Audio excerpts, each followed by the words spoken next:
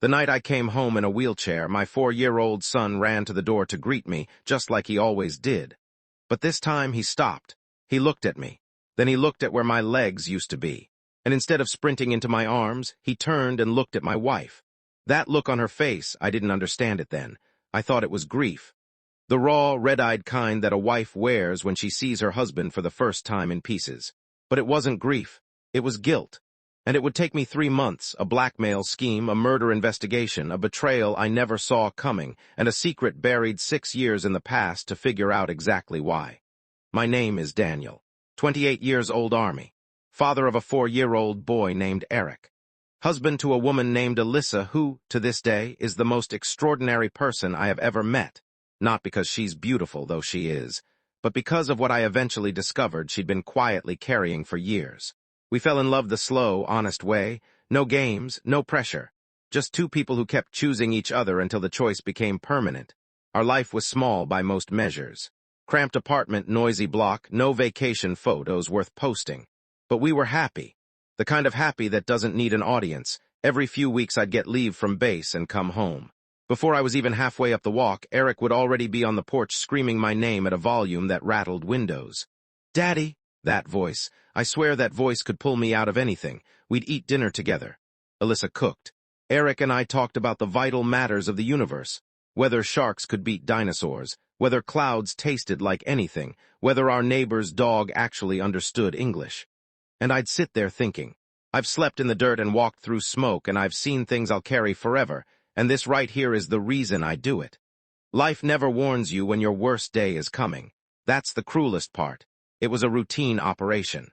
Night mission, mountain pass, tight formation near the border. I won't say where, I won't say which unit. Some things stay buried. The radio crackled first, our captain's voice sharp, stripped of everything except urgency. Abort, abort. Intel was compromised. Get out, get out. But we were already in it. The blast hit before anyone could scatter. I remember the heat, the way it pressed against me like a wall before the sound even arrived. Then that hollow, ringing silence that replaces your hearing after a concussion wave. Then I was on my back, staring at black sky, and I felt nothing from the waist down. I looked. I understood. I didn't scream. I just lay there with Alyssa's face floating above me like something I'd dreamed. Eric's laugh. The way the apartment smelled on Sunday mornings. And then darkness. 6 weeks later, I came home. No legs, 2 prosthetics not yet fitted. A wheelchair I didn't know how to feel about yet. Alyssa had decorated the apartment. Streamers. A banner. Eric was dressed in a button-up shirt 2 sizes too big, his hair actually combed. They'd both tried so hard, and when I saw that, the effort of it, the love of it, that almost broke me more than anything else. Eric stared at the wheelchair with the unfiltered honesty of a 4-year-old. His bottom lip trembled. Then he climbed into my lap without saying a single word and pressed his face into my chest. Alyssa dropped to her knees in the doorway, grabbed my hands, pressed her forehead to them. "Oh, Daniel," I stroked her hair. I said, "Don't cry. I gave 2 legs for this country, but I'm still here." We went inside together, all 3 of us crying. Most painful and most beautiful moment of my life all at once. But here's what I didn't know yet. Alyssa wasn't just crying because I'd come home broken. She was crying because of what she was already hiding, and what it was going to cost her. The first few months were brutal in ways I wasn't prepared for. Not just the physical pain, the phantom sensations, the rehabilitation, the learning to exist in a body that had been redesigned without my permission. It was the nights. After Alyssa and Eric were asleep, I'd sit at the window alone in the dark and let the thoughts in. The ones you don't say out loud. I'm a burden. I'm dead weight. They'd be better without me. I hate writing that. But it's true, and people who have been there know exactly what that feels like. What kept me from going under was Eric. Some nights he'd wander out half asleep and climb into my lap without a word, just on instinct, the way children love without reasoning, and I'd sit there in the dark holding him thinking, I can't leave. This kid needs me. But something else was wrong, something I couldn't name. 2 or 3 in the morning, I'd hear the bathroom faucet running. Alyssa thought the water covered the sound of crying. It didn't, not even close. I told myself she was adjusting, grieving, processing. I had no idea she was paying ransom. 3 months in, we drove out to Ohio. My family's old estate, my parents, my 2 half-brothers David and Dan.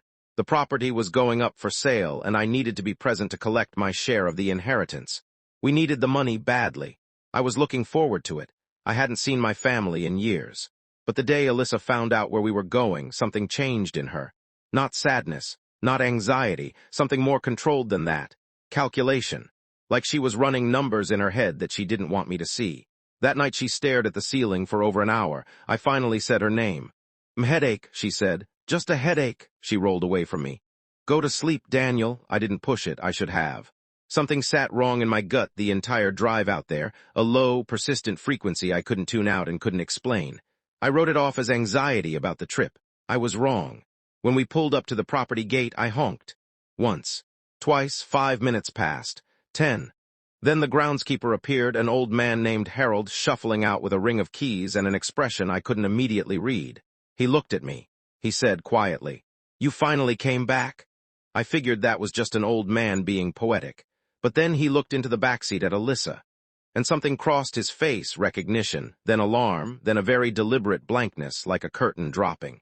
He looked away too fast. In my rearview mirror, I watched my wife go white. Not pale, white. The color of someone who's been dreading something for a long time and just realized it's arrived. Inside, my mother was warm. My father was stiff and formal, same as always. But my half-brothers, David and Dan, were something else entirely. Cold. Not tired cold or distracted cold, deliberately cold, the kind that is a message. And Dan, when he looked at Alyssa for the first time across the foyer, his eyes did something that turned my stomach. It wasn't curiosity. It wasn't politeness.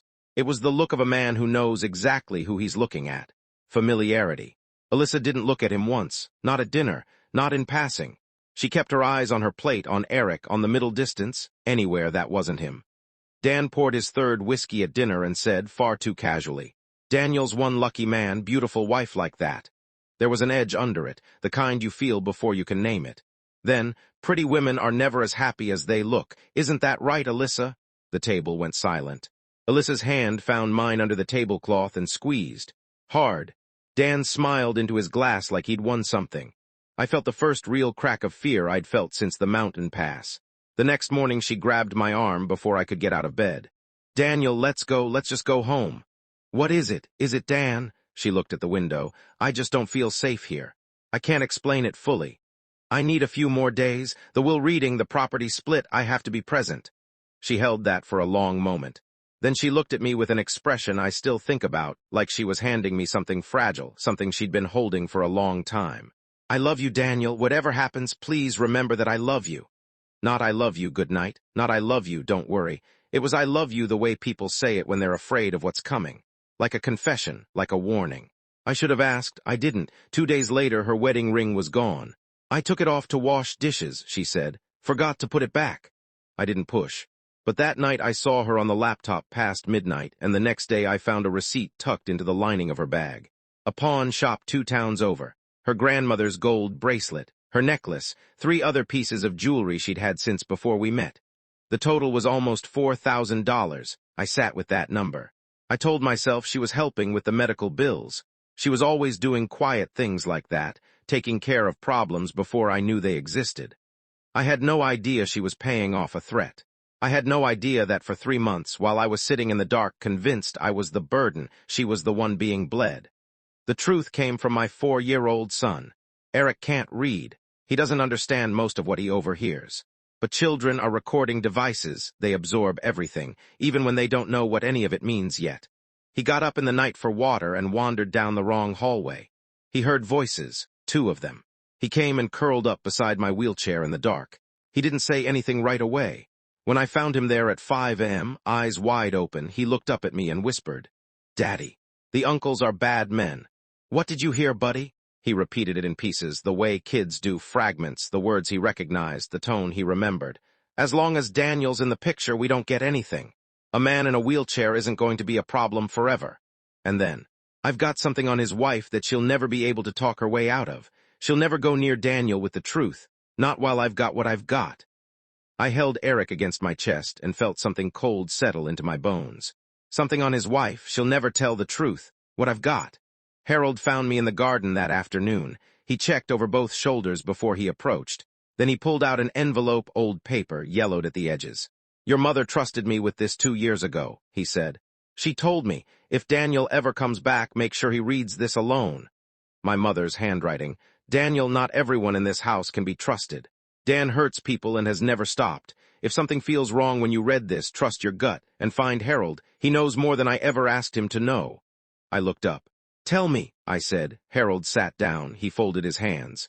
"Dan and your wife have a history. 6 years ago, before you enlisted, they were together. Romantically.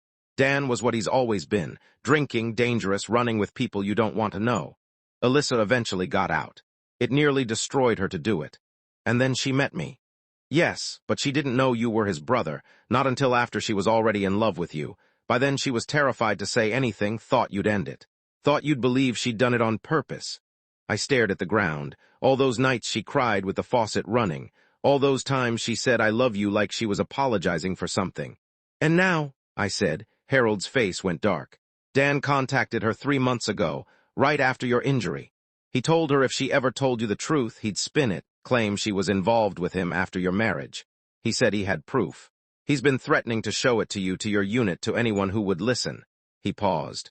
"The jewelry money, the cash withdrawals from her account, it all went to him." The air left my body. She didn't sell her grandmother's bracelet for my medical bills.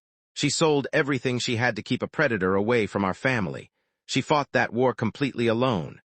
No backup, no reinforcements, no one to call. Just a woman who loved her husband more than she loved her own sense of safety, doing what she had to do in the dark, with no medals and no recognition. While I sat at the window at 3 a.m. convinced I was the burden. She was the one holding the line, but Harold wasn't done. He unfolded a second piece of paper, a printed email chain forwarded to him by my mother before she passed. "There's something else," he said. "Something worse." I read it. Then I read it again. The operation, the mountain pass, the bad intel that walked my unit into a weapons trafficking corridor, the intel that cost me 2 legs and cost 3 of my guys their lives. It wasn't a mistake. "My mother knew," I said. "She suspected. She found correspondence between David and someone she didn't recognize. She didn't know what it meant at the time. She reached out to a friend who'd worked in military intelligence. By the time she understood what she was looking at," Harold stopped. "She died 3 weeks later. The doctors called it a stroke." I looked at him. He held my gaze. "I'm not saying it wasn't. I'm saying your mother was healthy. And I'm saying that the day before she died, she mailed that email chain to a federal contact she'd found. Someone outside the family." I went inside and called Marcus, my old army buddy, now working in logistics for the Dudi. Marcus, who always answered on the second ring, no matter what time it was. I told him what I had. Silence. A long silence. Then, "Daniel, I need you to stay calm. Tell me. We've had an open investigation for 8 months. The trafficking route through that corridor, we traced the leak to a source that had access to your unit's movement orders." A pause. "The name that keeps surfacing, Daniel, say it." "David." The room tilted. My half-brother David, who sat across from me at dinner, who clapped me on the shoulder when I arrived and said, "Good to see you," man, like he meant it. I didn't lose my legs on a battlefield. I lost my legs because someone who shared my blood decided that a weapons deal was worth more than my life. That night I didn't sleep. I sat in the dark and let the full weight of it settle. My wife had been blackmailed for 3 months, terrified and alone, to protect a secret that wasn't even a betrayal. My brother had funneled information to traffickers and signed the death warrant on my unit. And my other brother had spent years weaponizing the people around him for sport, all of them sitting at my dinner table, smiling. At 2 a.m., Marcus texted me, "Federal investigators are moving tomorrow morning. Stay inside. Keep Alyssa and Eric close." I went to Alyssa first. She looked up when I came in, started to speak. I stopped her. "Sit down," I said, "and tell me the truth about you and Dan, all of it." She held it together for maybe 4 seconds. Then she collapsed and everything came out. The relationship, how she'd gotten out, how she'd found me without knowing who I was, how she'd figured out the connection only after she was already completely in love with me, how she'd panicked, how she'd convinced herself silence was protection. And then Dan's call 3 months ago, the threats, the payments, her being bled dry alone in silence. "I thought if I paid him long enough he'd go away," she said. "I thought I was protecting you." I took her hand. "Look at me." She did. "You were with someone before me. That's not betrayal. That's called having a life before we met. What I care about is who you've been since. And the answer to that is constant. You have been constant." She fell apart all over again. "But Dan," I said quietly, "is done." What I didn't tell her yet was that David was already done too. That federal agents were coming in the morning, that my mother had tried to warn people and might have paid for it. I didn't tell her any of that. I let her cry. I held her. Some things could wait one more night. Dan showed up drunk at her door at midnight. He stood in the hallway rattling the handles, slurring, "You think you can cut me off? You think you can just disappear? You know what I have." She opened the door. "I told him everything," she said flatly. "Go ahead, say what you were going to say." Dan blinked. He hadn't expected that. "He knows it's done." Dan's face went ugly. He stepped forward, and I was right behind her. He looked down at me in the wheelchair and laughed, this low, contemptuous sound. "What exactly are you planning to do? You can't even stand up." I looked at him for a long moment. Then I threw myself out of the wheelchair, hit the floor. Hard, the impact ran up through my palms, my wrists, my shoulders. I pushed myself upright on my hands and looked him dead in the eye from the ground. "I don't need legs for this conversation," I said. "You blackmailed my wife. You bled money out of a woman who was already carrying more than you'll ever be capable of understanding. You did it while eating at my table and smiling at my son. You want to talk about what I can't do? I can't walk. That's the whole list, but I can still see you, Dan, every rotten inch of you." He backed into the wall. Eric appeared in the doorway. He'd heard everything. He didn't hesitate. He ran straight to me, threw himself down on the floor beside me, and wrapped both arms around my neck. "Daddy, I've got you, Daddy." Alyssa was already kneeling on the other side, arms around both of us. Dan looked at the three of us on that floor, and something in his face crumbled. Not remorse, something closer to recognition, what it looks like when you've lost and you finally know it. Harold had already called the police. They came through the front door as David was overturning furniture in the dining room. The estate lawyer had just finished reading my mother's will aloud. The entire property left to me. Her handwritten note attached. "He who protects this family is its rightful heir," David charged. Harold, 80 years old, weathered down to bone and stubbornness, stepped directly into his path and planted himself like a wall. Then Dan grabbed Eric. I don't remember deciding to move. I was just moving, throwing myself off the chair, hauling across the floor on my hands faster than I knew I could, crossing the room while everyone around me was still processing what was happening. Dan stumbled, lost his grip. Eric came loose. I caught my son on the floor, both arms wrapped around him, my body screaming, my son's heart hammering against my chest. "Daddy's here," I said into his hair. "I've got you. Daddy's right here." The police walked David and Dan out in handcuffs. Arms trafficking, fraud, extortion, assault, federal conspiracy charges pending on David, the kind that don't go away. My father came to my room that night. He stood in the doorway a long time before he came in. He was holding a photograph of me in uniform, 22 years old, grinning like I owned everything. He sat down. "I never wanted you to enlist," he said finally. "I know, because I was afraid of something like this, exactly like this." He stopped. "I didn't know what David was doing, but I suspected something was wrong, and I told myself I was wrong because he's my son." I looked at him. "So am I." The room went very quiet. My father, formal, stiff, a man who communicated in handshakes and cleared throats, stood up from his chair. And he got down on one knee in front of my wheelchair, and he hugged me. "I'm proud of you," he said, his voice fractured. "I am so sorry, Daniel. I am so sorry it took this for me to say it." I put my hand on his back. "You're not too late, Dad." 3 weeks later, home, morning light through the curtains. Alyssa in the kitchen, coffee brewing, the particular domestic piece of a life that has survived something and knows it. I was on the back porch when Eric came running out wearing my old army cap, tilted completely sideways, 3 times too big for his head, the most serious expression a 4-year-old has ever manufactured. He stopped in front of me, drew himself up to his full height, and gave me the sharpest, most sincere salute I have ever witnessed. "When I grow up, Daddy, I'm going to be brave like you." My throat closed. I pulled him in and held on. "Baby," I said, "you're already the bravest person I know." Alyssa stood in the doorway with her mug in both hands, tears running quietly down her face, but she was smiling. And for the first time in a long, long time, those weren't tears of fear or guilt or grief. They were tears of someone who had finally put down something very heavy. I've thought a lot since everything about what it means to be strong. I went to war and came back without my legs. The world calls that sacrifice. They give you medals and thank you for your service and mean it, most of them. But my wife went to war too. Hers had no uniform, no unit, no rules of engagement. Just a woman alone in the dark, paying a predator out of her own inheritance, protecting a marriage she was terrified to tell the truth inside of, because she loved me too much to risk losing me. And that love made her vulnerable in ways I never saw. My son threw himself down on a hallway floor to hold his father and refused to let go. 4 years old.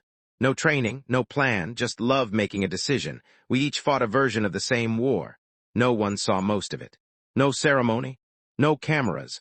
David is facing federal charges that will define the rest of his life. Dan is facing extortion charges and the specific, satisfying humiliation of having nothing left to hold over anyone. The investigation into my unit's operation is ongoing, and for the 3 men who didn't come home from that mountain pass, I hope it means something. I have to believe it means something. My legs are gone. That part doesn't change. I'm learning to exist in this body, this life, this version of things. Some days are harder than others. Some nights the dark thoughts still come. But then Eric climbs into my lap without asking. And Alyssa brings coffee and sits beside me and doesn't say anything because she doesn't have to. And I remember. Love held the line when everything else failed. When the intel was bad and the mission was wrong and the people who should have protected me had already sold me out, love held the line. That's the whole story. That's enough.